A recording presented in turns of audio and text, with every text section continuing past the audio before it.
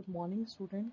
This video is about class 5 subject EVS term 2 chapter number 3 the Tundra region Greenland. This is our lecture number 1.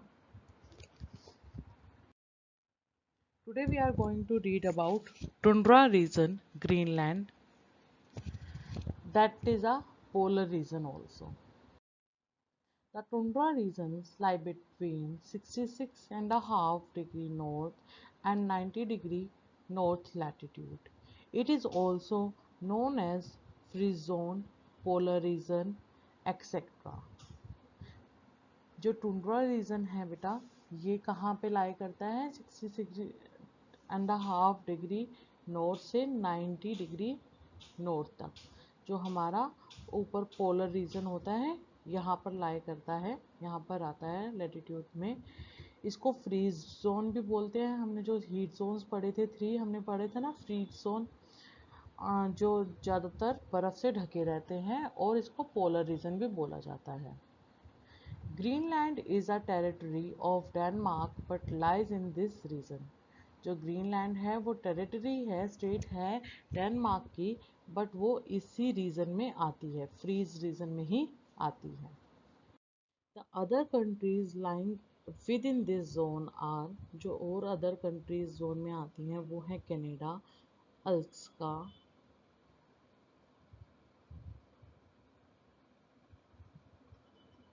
सकंडवा, Iceland and सर्बिया। Location, अब हम Greenland की location के बारे में बात करेंगे। About 2/3 of Greenland lies to the north of the Antarctic circle. जो ग्रीनलैंड का पार्ट है, पूरा एरिया है, उसका 2/3 पार्ट कहाँ पे लाई करता है? नॉर्थ के अंटार्कटिका सर्कल पर लाई करता है। नॉर्थ की जो अंटार्कटिका सर्कल है उस पर आता है। The nearest continent to Greenland is North America, और जो सबसे नियर कॉन्टिनेंट है ग्रीनलैंड के वो कौन सा है? North America. Greenland is only 650 kilometre away from the north pole, और जो ग्रीनलैंड है वो 650 किलोमीटर्स ही दूर है नॉर्थ पोल से। It is the largest island in the world, और ये सबसे बड़ा आइलैंड है वर्ल्ड का।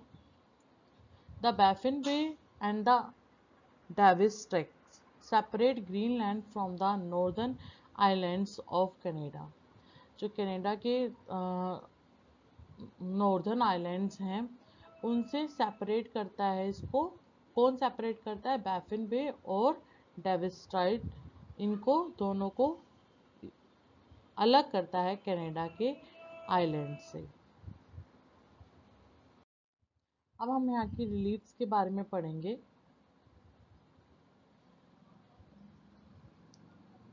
Greenland has a mountainous surface. Greenland का जो सरफेस है वो माउंटेनी है, माउंटेन्स हैं ज़्यादातर।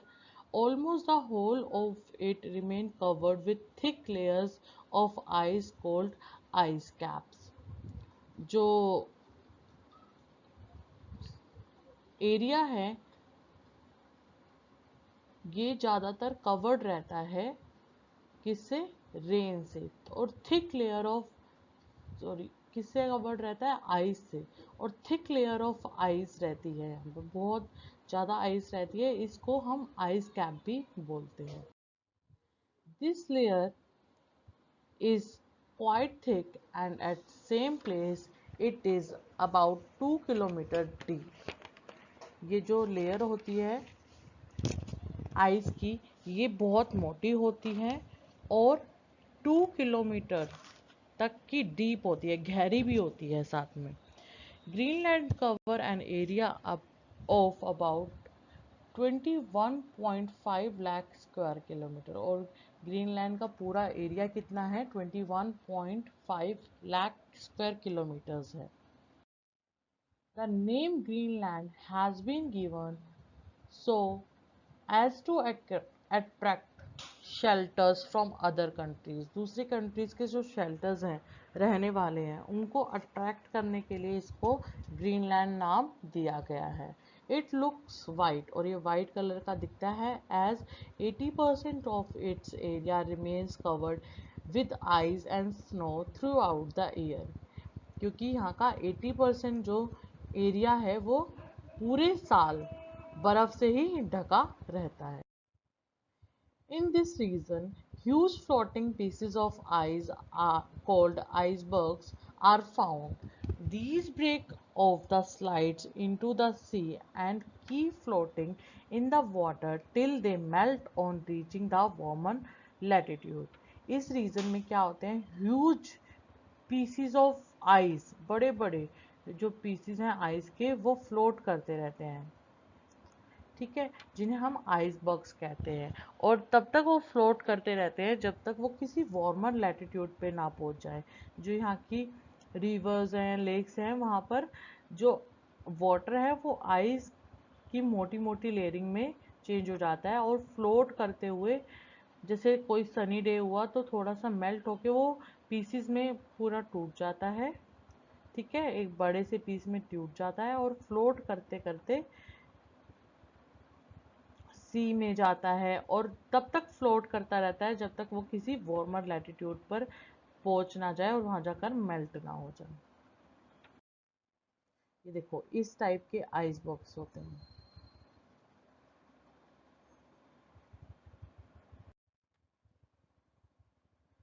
The capital of Greenland is Nuuk. Greenland has been a part of Denmark since 1953। जो कैपिटल है ग्रीनमार्क की वो न्यूक है, और ग्रीनलैंड जो है डेनमार्क का पार्ट है, कब से, 1953 से। क्लाइमेट, यहाँ के अब हम क्लाइमेट के बारे में पढ़ेंगे। The climate of Greenland is extremely cold. यहाँ का क्लाइमेट बहुत ठंडा है।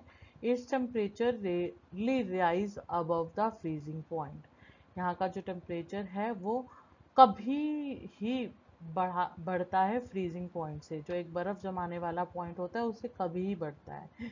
Summers are cold and short, summers cold और शॉर्ट होती हैं। There is continuous daylight for weeks, और यहाँ पर कंटिन्यूस डे लाइट मतलब दिन में भी रोशनी है और रात में भी रोशनी है, ऐसा कंटिन्यू रहता है कई वीक्स के लिए।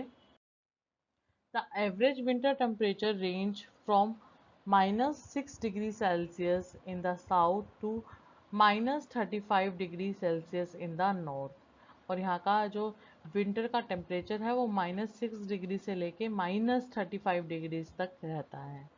There are weeks of continuous darkness, जैसे अभी हमने पढ़ा था समर्स में days of continuous daylight होता है, ऐसे ही विंटर्स में पूरे वीक होते हैं जो डार्कनेस से भरे होते हैं, मतलब डे में भी रात ही है और नाइट में भी रात ही है।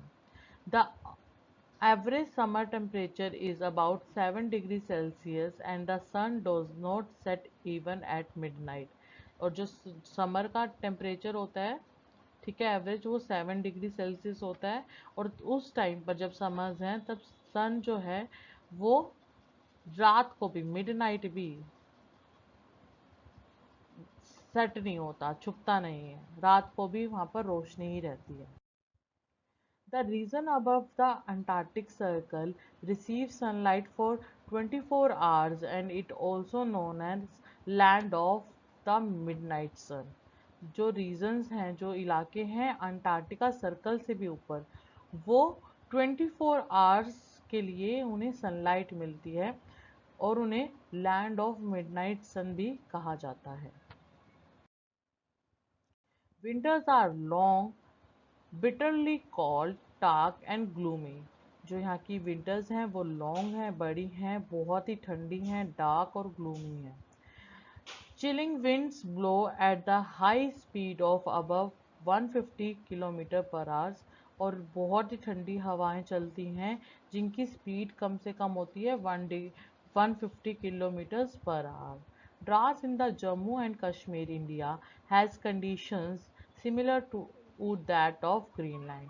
जो ड्रास है जम्मू कश्मीर में इंडिया के, ठीक है, वहाँ की कुछ जो कंडीशंस हैं वो ग्रीनलैंड से मिलती हैं। अब हम ग्रीनलैंड की वेजिटेशन के बारे में बात करेंगे। The tundra is vast treeless plain with a barren landscape। जो ये ग्रीनलैंड है ये बहुत बड़ा है और बेटा यहाँ पर ट्रीलेस प्लेन है, मतलब जो ज़मीन है वो बिल्कुल ट्रीलेस है, क्योंकि यहाँ की जो लैंड है, जो सॉइल है, वहाँ पर बर्फ़ जमे रहने के कारण वो वेस्ट हो गई है। सॉइल वहाँ की वेस्ट हो गई है, इनफर्टिलिटी आ गई है उस लैंड में। वहाँ पर जल्दी से कुछ उगता नहीं है क्योंकि वो पूरे साल ज़्यादातर बर्फ़ से ढकी रहती है। Plants can not grow when the temperature is below 4 degree Celsius.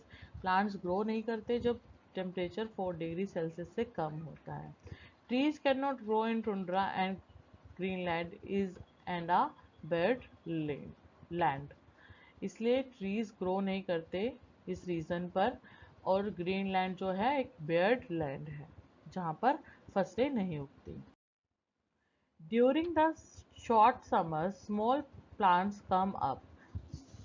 जब शॉर्ट समर्स चल रही होती हैं तब कुछ प्लांट्स आते हैं इस यहाँ पर, which are less than 2 feet in height, जो 2 फीट से भी कम होते हैं।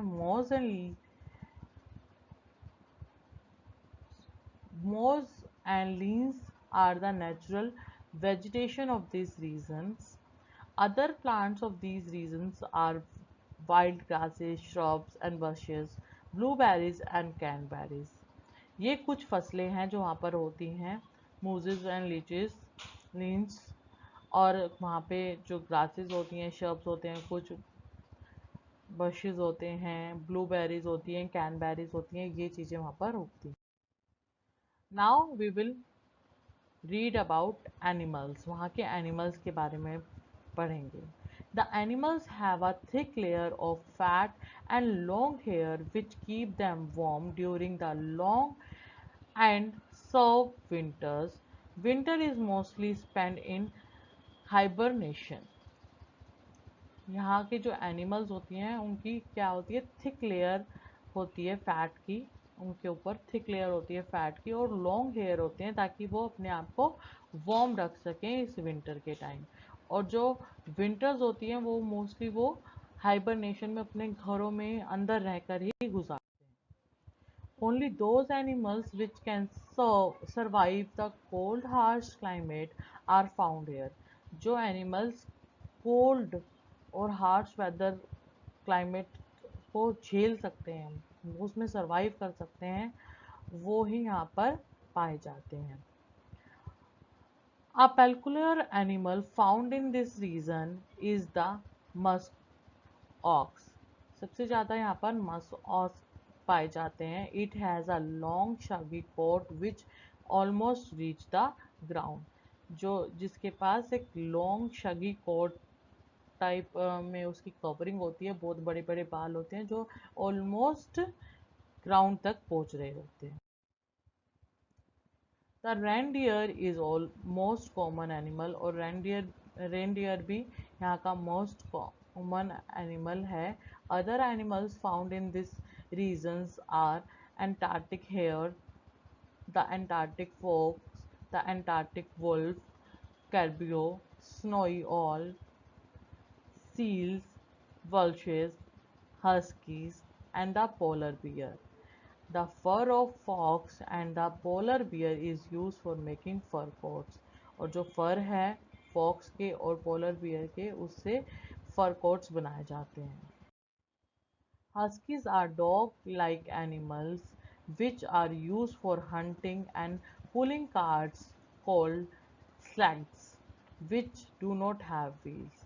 और हस्कीज जो होते हैं वो डॉग लाइक एनिमल्स होते हैं जो यूज़ किए जाते हैं हंटिंग के लिए, ठीक है, या उनसे पूल कार्ट्स चलाई जाती हैं जिन्हें सेल्क्स बोला जाता है, और उनके नीचे व्हील्स नहीं होते क्योंकि व्हील्स तो आइस पर चलेंगे नहीं, तो इस तरीके से डिज़ाइन किया हो जाता है कि जो आइस पर स्केट कर सके। अब ये कुछ एनिमल्स के नेम जो हमने पढ़े हैं उनकी पिक्चर्स मैम आपको दिखाने जा रही हैं। ये है reindeer, musk, ox, seal, walrus, polar bear, और ये होती हैं स्लीक्स। जो ये डॉग टाइप एनिमल है, इसके पीछे बग्गियां लगाई जाती हैं और इनके नीचे व्हील्स नहीं होते। Now we are going to read about life of people. यहाँ के लोगों की लाइफ के बारे में हम पढ़ने जा रहे हैं। The population is very sparse as the climate conditions are very harsh. Population जो है बहुत कम होती है क्योंकि यहाँ का जो वेदर कंडीशन है वो बहुत ही हार्श है, बहुत ही ठंडा है। The Eskimos are the original inhabitants of Greenland. Eskimos जो हैं यहाँ के ओरिजिनल inhabitants हैं, यहाँ के ही रहने वाले हैं। They are short and have narrow black eyes and a flat face. और यहाँ के लोग शॉर्ट होते हैं, ठीक है, और उनकी नैरो ब्लैक आईज होती हैं विद फ्लैट फेस के साथ। Another name of Eskimos is Intus.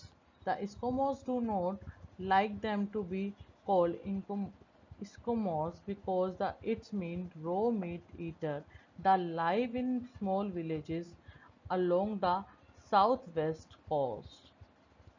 यहाँ के जो इनहेबिटेंट हैं इस्कोमोस, वो अपने आप को इस्कोमोस नहीं सुनना चाहते क्योंकि इसका मीनिंग होता है रो मीट ईटर, जो कच्चा मांस खाते हैं।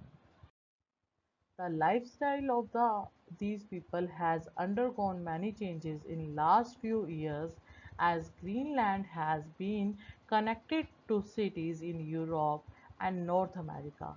यहाँ के लोगों की लाइफस्टाइल बहुत चेंज हो चुका है, बहुत सारे चेंजेस आए हैं क्योंकि जो ग्रीनलैंड है वो कुछ यूरोप की सिटीज़ के साथ कनेक्टेड हो चुका है और नॉर्थ अमेरिका की कुछ सिटीज़ के साथ कनेक्टेड हो चुका है। The influence of science and technology has brought about drastic changes in this Snowland. और जहाँ कुछ टेक्नोलॉजी और साइंस ने यहाँ की जो लाइफ है, ठीक है, लाइफस्टाइल है, उसमें एक ड्रास्टिक चेंज ही ला दिया है। ऑक्यूपेशन। अब हम ऑक्यूपेशन के बारे में पढ़ेंगे कि यहाँ के लोग बेसिकली काम क्या करते हैं। The main occupation of the people are fishing, hunting and trading. यहाँ के जो लोग हैं उनका ज़्यादातर क्या ऑक्यूपेशन रहता है? फिशिंग, हंटिंग और ट्रेडिंग का। Eskimos are good hunters who kill their prey with harpoons. Eskimos जो बहुत अच्छे हंटर्स होते हैं और वो अपना हंटिंग किससे करते हैं? हार्पून से करते हैं।